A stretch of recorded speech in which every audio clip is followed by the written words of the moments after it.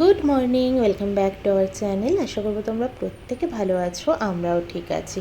কেমন গরমটা পড়েছে ব্যাঙ্গালোরে কী আর বলবো, আমি পুরো ঘামিয়ে গেছি, সেটাই তোমাদেরকে দেখাচ্ছিলাম।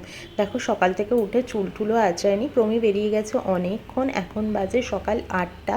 আর আমি এলাম জামা কাপড়গুলোকে মেলতে কেচে দিয়েছি। কীরকম খাপছাড়া খাপছাড়া করে মেলা দেখো ছাদে, আর সকাল থেকে চুল টুল আঁচড়ায়নি তো আরও পাগলের মতো লাগছে আমাকে। আর এত গরম লাগছিল, এই যে এই কটা জামা কাপড় একটু কাচার ছিল, দুটো চাদর আর বালিশের কভারগুলো, তো দু ঘরের মানে সোফারটা আর খাটেরটা কেচে দিলাম আর কি। রোদটা উঠবে সেটা বোঝাও যাচ্ছে, আর প্রচণ্ড হাওয়া আছে, 1 ঘন্টার মধ্যেই শুকিয়ে যাবে। পিওর কটনের পাতলা জিনিস এক্ষুনি শুকিয়ে যাবে। আজকে না প্রমি খাবার দাবার নেয়নি অফিসে, সকালবেলা শুধু টিফিনটা নিয়ে গেছে, ওকে সুজি আর ডিম সেদ্ধ করে দিয়েছি। আর ও দুপুরের লাঞ্চটা আজকে নিরূপণ দাস তারপরে ইশিসিনী এদের সাথে একসাথে করবে, এবং নিরূপণদা তো বাড়ি থেকে খাবার নিয়ে যায় না, তো তাই জন্য ওরা ঠিক করেছে আজকে বাইরে থেকেই খাবে। তো তাই জন্যে আজকে আর কিছু আমাকে করে দিতে হয়নি, কিন্তু আমার তো খেতে হবে কিছু একটা। তো দেখি আমি সেদ্ধ ভাত আর মাছ ভাজা করে খাবো। এই খাবারটা আমার ভীষণ প্রিয় একটা খাবার, আমার মনে হয় এটা মানে এই খাবারটার মধ্যে স্বর্গের সুখ রয়েছে। তা এখন বাজে দুপুর 1:30, আর আমি ভাতটা বসিয়ে দিলাম প্রেশার কুকারে, চাল ডাল আলু সব একসাথে দিয়েছি, আর মাছটাও ভাজছি। আর এদিকে আমি ওখানে বসিয়ে দিয়ে নিতে এলাম জামা কাপড়গুলো, কারণ 1:30 বেজে গেছে, তো সেই সকাল 8টা থেকে মেলা, শুকিয়ে গিয়ে পুরো খড়খড়ে হয়ে গেছে। আর এত রোদে থাকলে না জিনিস জ্বলে যায়, কালার জ্বলে যায়, তো ওই জন্য আমি তাড়াতাড়ি করে ছাদে এলাম নিতে। আমি হাত দিয়ে দেখবো ঠিকই মানে শুকিয়েছে কিনা, কিন্তু এটা খুবই বোকামোর একটা কাজ। এখন বাজে দুপুর 2টো, এবার আমি ভাতটা খাবো। আর দেখো এই ছাদ থেকে দেখালাম রোদ, আবার রোদটা পড়ে গিয়ে মেঘমেঘ করছে, আর একটা বেলি ফুল ফুটেছে, কি দারুণ লাগছে, আর ফুলটা পুরো পুষ্ট হয়ে ফুটেছে, মানে অনেকটা বড় হয়ে ফুটেছে। আর এই দেখো আমার লাঞ্চ নিয়ে আমি বসেও পড়েছি, তো সেন্টার টেবিলে অবশ্যই বসবো, এখনও রান্নাঘরেই আমি। এখন বাজে বিকেল 5টা, আর আমি বেরোচ্ছি বাজারের দিকে। প্রথমে বাজারের দিকে যাবো, এই যে আগের দিন তো হাতে জায়গা হয়নি বলে আর পেঁয়াজ নিতে পারিনি, পেঁয়াজ নেবো, তাও প্রমিনা অনেক দিন ধরে একটু ঢ্যাঁড়স এনো বলছে, তো আমি ভালো ঢ্যাঁড়স পাচ্ছি না, কারণ ঢ্যাঁড়সগুলো বুড়ো বুড়ো, তো দেখে আজকে পেলে নেবো। তো ঢ্যাঁড়স আর পেঁয়াজই নেওয়ার রয়েছে, এই দুটো জিনিস নেবো। আর ফলটা নেবো ওই আঙ্কেলের দোকান থেকে, এই দিকটাতে তো আঙ্কেলের দোকান নয়। তো প্রমি আসবে যখন ফেরার টাইমে, ওকে আমি বলেছি তুমি একটু আমাকে নামিও ওই আঙ্কেলের দোকানে, ওখান থেকে ফলটা নিয়ে যাবো। ব্যাঙ্গালোরে ফলের দাম তুলনামূলক কম কলকাতার তুলনায়, কিন্তু এখন একটু বেশি যাচ্ছে, তাতেও কলকাতার থেকে কম, কিন্তু এখন রমজান চলছে যেহেতু, তাই জন্য একটু বেশি চলছে ফলের দামটা। তো আমি পেঁয়াজ নেব হচ্ছে, এখানে 20 টাকা কেজি পেঁয়াজটা বিক্রি হয়, এখানে বেশিরভাগই 5 কেজি 100 টাকা এরকম বিক্রি হয়, কিন্তু আমি 5 কেজি পেঁয়াজ নিয়ে করবোটা কি, 1 কেজি আমার অনেক দিন চলে যায়। তো 1 কেজি পেঁয়াজ নিলাম, দেখলেই তোমরা 20 টাকা কেজি এরকম লেখা। তারপর আমি ঢ্যাঁড়সও নিয়েছি আজকে, চলো বাড়ি গিয়ে দেখাবো তোমাদেরকে। বাড়িতে চলে এসেছি সবটা, আর বাজারে কিছু দেখায়নি, কারণ আজকে না বাজারে তেমন বসেনি কেউ। তরমুজ নিয়েছি একটা, ঢ্যাঁড়স, শসা, কমলা লেবু, আঙুর এসব নিয়েছি। চলো আরেকবার বেরোবো। আসার সময় প্রমিকে বললাম আমাকে একটু পার্লারটার সামনে নামিয়ে দাও, তুমি বাড়ি চলে যাও, বলে এত জিনিস নিয়ে আমি কী করে একা একা ওপরে উঠবো। সত্যি কথা, ও জ্যাকেট থাকে, ব্যাগ থাকে, সবটাই থাকে, তার সাথে এত বাজার ও পারতো না, তাই জন্য আমি আবার বাড়িতে এসে যে প্রমি চলে এসেছে সেটাই তোমাদেরকে দেখালাম।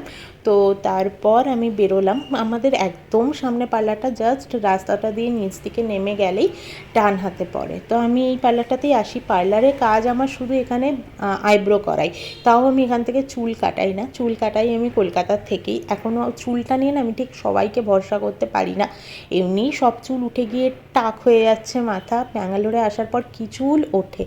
এই দেখো চলেও এসেছি গল্প করতে করতে, 5 মিনিটও লাগবে না, দিদিটা ভীষণ ভালো, তাড়াতাড়ি কাজ করে দেয়। দেখো হয়েও গেছে আমার।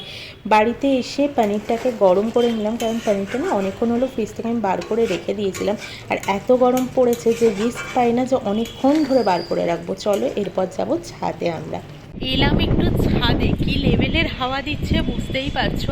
আমার সাথে উনিও এসছেন, স্যান্ডো গেঞ্জি পরে চলে এসছে, গরমে কিছু রাখতে পারছে না আর কি, কেমন অন্ধকার চারদিকে, আমি লাইট খুঁজছি যে কোথায় একটু লাইট পাওয়া যায়। এভাবে ক্যামেরা ধরে কথা বলিনি, 2 দিন হয়ে গেছে, 2 দিনের ব্লগ চলে গেছে।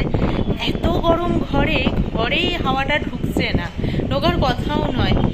আর এই ছাদে দেখো কি লেভেলের হাওয়া দিচ্ছে, মানে প্রচণ্ড হাওয়া দিচ্ছে একটা, এত ভালো লাগছে। দেখো আসতে তো চাইছিল না, আমার চুলমুল দেখো কি হয়ে গেল, যা তা অবস্থা হয়ে গেল।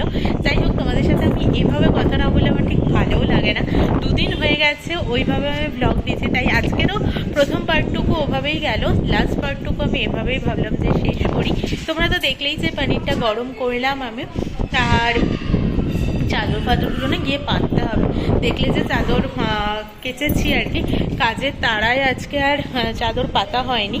ওকে আমি বললাম যে তুমি পেতো, আমি হেল্প করবো একটু। আর সোফার চাদরটাও আমি কেচে দিয়েছিলাম, ওটাও পাততে হবে। এখন গিয়ে দুজনেই আগে এই চাদর পাতাপাতির কাজগুলো করে নিয়ে তারপর আমি রুটি করব। পনিরটা তো গরম করলে আমি দেখলেই, আসলে পনিরটা রাখার আর রেস্ট পেলাম না। আমি 7:30টার দিকে ফ্রিজ থেকে বার করে দিয়েছি, আর এখন অলরেডি 9টা বাজে। যদি ঠান্ডা ভাবটা কেটে গিয়ে নষ্ট হয়ে যায়, তাই জন্য ভাবলাম দেখো ছোটগুলো কি হয়ে গেল, তাই আমি ভাবলাম না আগে গরমই করে নিই বাবা।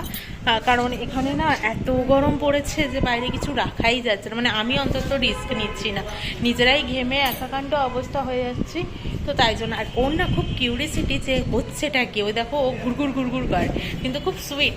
ছোটোবেলায় একটু মারকুটে ধরনের এরকম ছিল, তবে বড় হওয়ার সাথে সাথে প্রত্যেকটা বাচ্চাই চেঞ্জ হয়ে যায় না। তো স্কুলে ভর্তি হয়েছে এখন, যেমন সুন্দর করে কথা বলে তেমন সুন্দর ম্যানার্সও শিখেছে, ভীষণ ভালো হয়ে গেছে এখন। তো প্রত্যেকটা বাচ্চাই ছোটোবেলায় একরকম থাকে, যত ছোটোবেলায় তো শেখানো যায় না সব কিছু, আস্তে আস্তে আস্তে আস্তে বড় হতে হতে শিখে যায় সবটাই। তো চলো আজকের মতন টাটা, গুড নাইট। কালকে আবারও এসছে একটা নতুন ব্লগের সাথে। আর আজকের কানাডা ওয়ার্ড আমাকে বলে দাও, আমি বলে দিচ্ছি। অন্দু মানে হচ্ছে এক। ও ফোনে কারোর সাথে একটা কথা বলছে, তাই জন্য একটু লেট হলো আর কি। তো চলো আজকের মতো তাহলে টাটা। হেবি সুন্দর একটা হাওয়া দিচ্ছে, আর ছাদটায় এলাম যখন একবার দেখিয়েই দিই ভিউটা, দারুণ লাগে কিন্তু দেখতে।